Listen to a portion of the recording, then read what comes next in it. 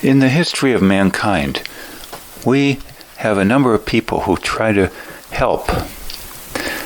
Those who sincerely want to help, I believe, do so out of a combination of real empathy for others and having gone through some pain in their own lives, and this becomes perhaps the focus of their efforts, of their empathy.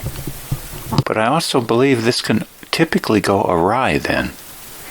Hence we have people who are of the Save the Whales movement, or this movement, or that movement, and they get so often called hotheads, or anarchists, etc., and get a bad name for them and their movement.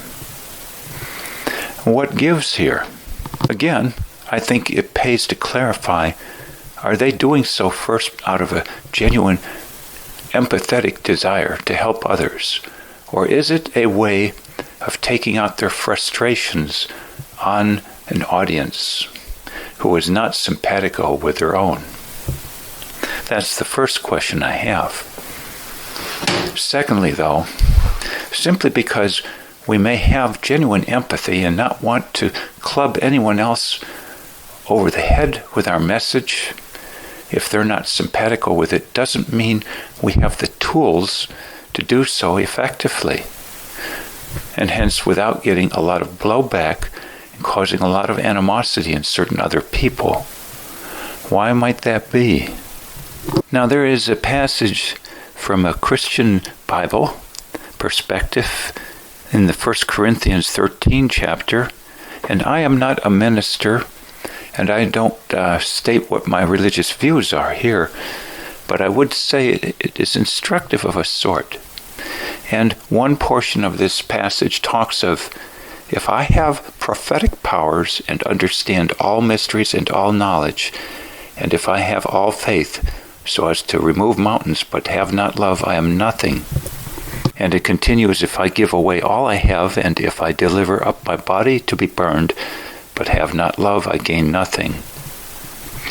And a few sentences later, it states, it is not irritable or resentful. And I'd like to point out my views then on these last two words, irritable and resentful. I think many people who genuinely wish to help in some way, shape, or fashion don't have the words to state realities without being irritable and resentful in terms of what you call moralistic approaches or blame approaches, because the words are lacking to state how someone else is walking in their shoes and why. So what gets stated about someone else is disrespectful ultimately, many a time, even despite good intent.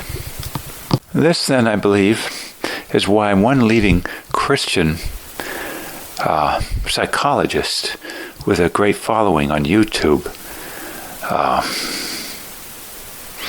has had a video come out against him saying that he needs first, it is said, to clean up his own house before speaking further on other issues and matters regarding the psyche in general.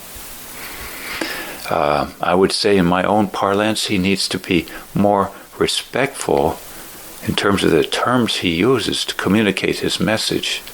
And then he would have far less blowback and far more potency.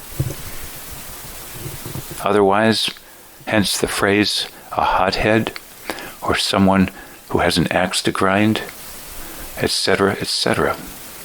Without proper terminology that is respectful, i.e. not blameful, the message is not only diluted, but can hurt people's feelings because it is a truth and a mistruth in one package. My thoughts on that thus.